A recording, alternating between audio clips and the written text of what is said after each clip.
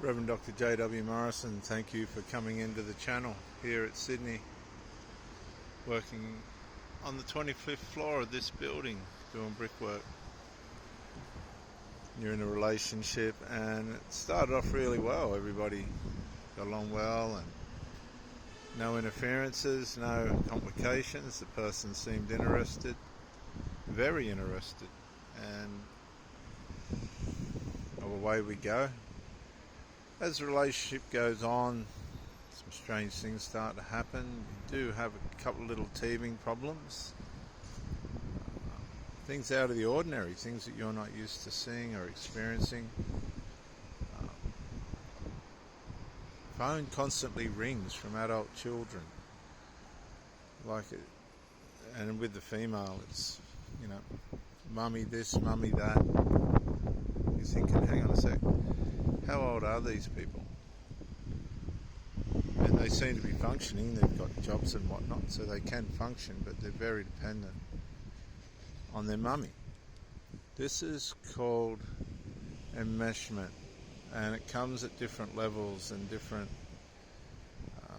manifestations. When you see the bad ones, where the adults are still dependent on their mummy or their daddy, they're probably being groomed to be that way so the mother doesn't get abandoned. I've heard mothers say, I don't want to lose him, relative to their sons. They're highly enmeshed, highly dependent on the sons, and cause these daughters, be it father, sons, daughters, whatever the combination is, you can apply your own combination to it. You ain't going to break that bond. It's not your job to interfere with that bond. It's not your business.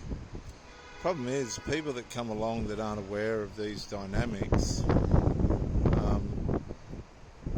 go into these relationships and think that, it's just family stuff, but it's deeper than that. These people are, you'll hear it through their little jokes. They'll have cynicism jokes, sarcastic jokes, sexual innuendos between each other, this kind of thing going on. And you'll be wondering, at first you'll just think it's all light-hearted, but it's not. It's much deeper. It's an emotional, incestual connection between the adult children and the parent that's grown over a course of years, not as a consequence of anything you've done, but just out of parental breakups where they surrogate children need their company and support, and they allow them to come too close emotionally. They allow them to know things that aren't their business. I've heard them say that they've even had their sons help them pick people and make fun of people on the internet, and lots of other stuff. I've had them bashing on doors, demanding food or dinner, and very selfish and self-centered, self-grandized, golden child types. Really can't see past themselves. They'll sulk because mummy's got attention, and it's supposed to be them giving the attention and receiving it from their mummy.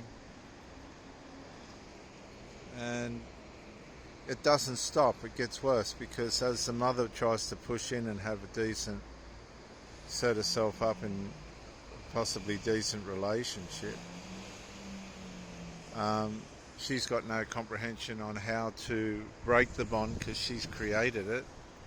So to be too hard on her little 20, 30, 40-year-old little boy, it's going to cause a terrible conflict.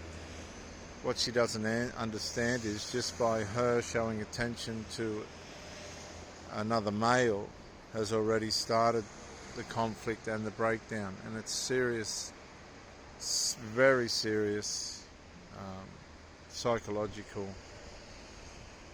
collapse going on. This collapse is a consequence of all the attention that she's drained as a form of supply out of her children, by way of the mess up of a relationships. Usually these relationships are drug fueled catastrophes, alcohol fueled catastrophes of one kind or another, where narcissists have fueled up on each other only to realise that they're both destructive and useless and unable to create anything positive.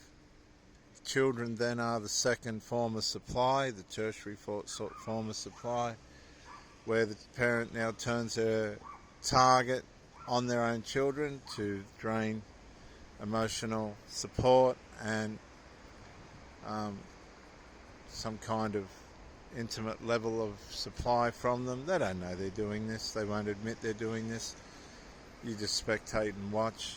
As the mother now shifts, she's got a outside interest. The children won't believe that she's going to go on with it because they've not seen anything like this before. They think, no, this guy will just hang around for a while and mum will be back, sort of thing. And then after 12 months, depending on how long these people can hang on before they start to seriously psychologically collapse, because mummy's attention's moved away from them and they've got to have mummy. This is serious stuff. I'm being serious. I'm not just being sarcastic. I've seen it. They'll start to psychologically collapse. They'll complain to the mother, you're not doing this, and why aren't you doing that? And she's their wife, they're her little husband, whatever the case might be. The complaints start. You start to see people being rattled. You're just, well, you should be just watching along, not interfering. I've said to some of these women, does this person know how they're making you look and how they look themselves? Oh no, I've never seen this before. But they have. They've seen this in their primary relationship before they went on the Uber Eats dating sites, as it were, menu log, meat market, where nobody's responsible or accountable. Just take your pick, one by one, go through the numbers. And you'll witness a psychological collapse. Now, the psychological collapse has to take place because it's a all-out, full-hearted attempt to get the mother to turn the attention back to the surrogated partner, which is the son, the golden child's son. And if there's a scapegoat in the house, which usually there is, or nearby, the golden child will complain to the scapegoat and get the scapegoat to complain to the mother of how grievous this is for the golden child, 20, 30, 40-year-old golden child who isn't getting his mummy's attention the way that she should, or he should. And we've got a breakdown going on. Why aren't you this? Why aren't you that? Mummies Boy's having a big cry, big tear up. And you're watching this and you're thinking, shivers, I need to leave this situation, and you do. The mummy's just left sitting on her own with Mummies Boy still with his head in her lap. She ends up confused, abandoned, back where she started, which is so hilarious. It's so pathetic. And then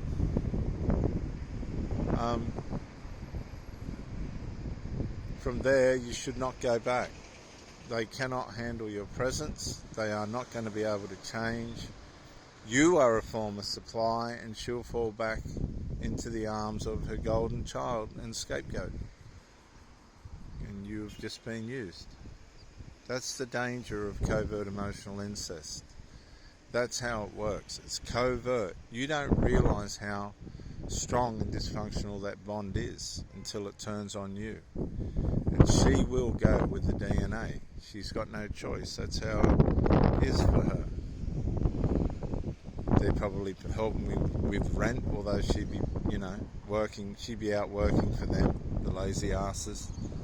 They waste their money. They're usually in debt, a lot of them. They're usually on alcohol, drugs, medications, or some other twisted form of relief.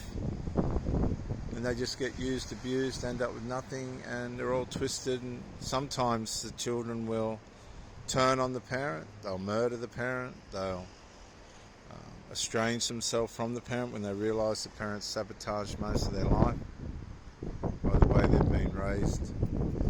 It doesn't end well, let me put it to you that way. It doesn't end well because they know they've sabotaged each other. And that's just how it is. Well, I better go. I've got a person trying to call me. I'm Reverend Dr. J.W. Morrison, theologist. Bye for now.